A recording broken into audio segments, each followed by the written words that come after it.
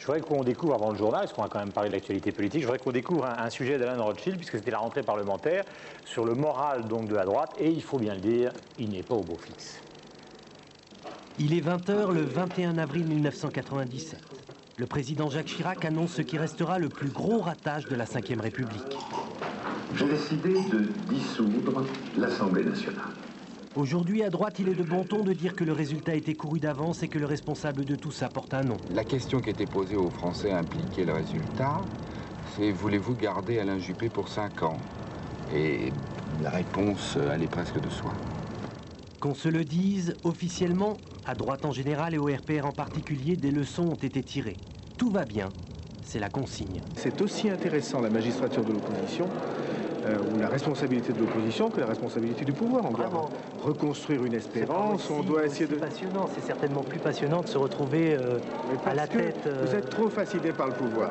Faut pas vous laisser fasciner comme ça. Dans l'opposition, on agit moins, non? Votre morale reste bon malgré cela? Ah oui, ça est aux zénith, rassurez-vous. Oui. Moi, j'ai toujours le moral, bien sûr.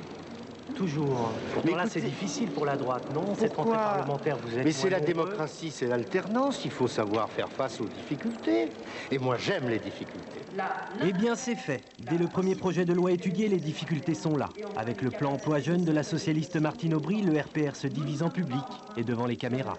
Ça veut dire que l'on va faire des choix, qu'on va réduire des dépenses d'investissement, qu'on va réduire des dépenses... Que fait l'État? Mais à ce moment-là, ça veut dire qu'on déshabille Pierre pour habiller Paul. Non.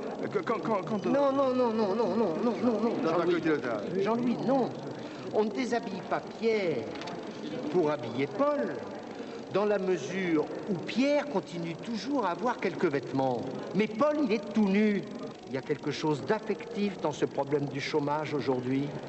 Votez contre, je dis que c'est une erreur politique. C'est difficile d'être dans l'opposition et de faire donc une opposition intelligente, hein, monsieur Debré. On a la preuve là. Vous m'avez déjà agressé tout à l'heure. Bah si, il m'a agressé. Et pour ajouter au malaise, des députés du RPR vont jusqu'à se lâcher. Quand on dit qu'on a la droite la plus bête du monde, c'est pas par hasard. C'est une droite qui a honte d'être la droite. Et on vit dans un monde qui est en fait dominé par les idées social-démocrates. Mais est-ce qu'on a la droite la plus bête du monde? Je le crois, oui. Je crois que ce sera vrai. Parti, c'est surprenant quand même. J'essaye de faire de mon mieux pour qu'elle change. Mais vous savez, la lourdeur des appareils politiques, c'est pas de la tare. À droite, il va falloir du temps, des idées et du boulot pour recoller les morceaux. Voilà, alors on verra tout à l'heure évidemment sur l'histoire des emplois, la petite passe d'armes entre Mazot et Debré, mais sur le jugement qui est fait par Pierre Lellouche. Vous aviez tout le pouvoir et tout d'un coup... Moi, je pense que ce qui s'est passé, c'est que les gens n'ont pas fait confiance aux socialistes. Ils ont voulu nous sanctionner. Et je pense que dans leur volonté de nous sanctionner, c'était pas tant nos idées qui ont été battues, mais la façon dont on n'a pas su les défendre ou pas voulu les défendre. Moi, je pense que si l'extrême droite monte, c'est parce que la droite ne fait pas son travail. Si la droite républicaine, gaulliste, libérale, que sais-je encore, n'est pas fière de ses convictions, alors ne nous étonnons pas que l'extrême droite en profite à plein. L'extrême droite est aujourd'hui un problème qui nous concerne. C'est à nous d'apporter la réponse aux électeurs qui sont partis chez Jean-Marie Le Pen, non pas parce qu'ils sont fascinés par Jean-Marie Le Pen, mais parce qu'ils ont été déçus par nous. Parce que la démocratie, c'est l'alternance. Il faut qu'il y ait une gauche et une droite qui proposent des projets différents. Il ne faut pas prendre droit et déjeuner avec Le Pen, même dans le 15e arrondissement. Oui, enfin bon, il y va à titre personnel, il ne va pas... Oui, enfin moi je suis à toute force contre tout système d'alliance, de près ou de loin, avec le Front National, avec Jean-Marie Le Pen ou avec ses successeurs demain. Je souhaite que nous n'ayons pas peur de défendre nos idées.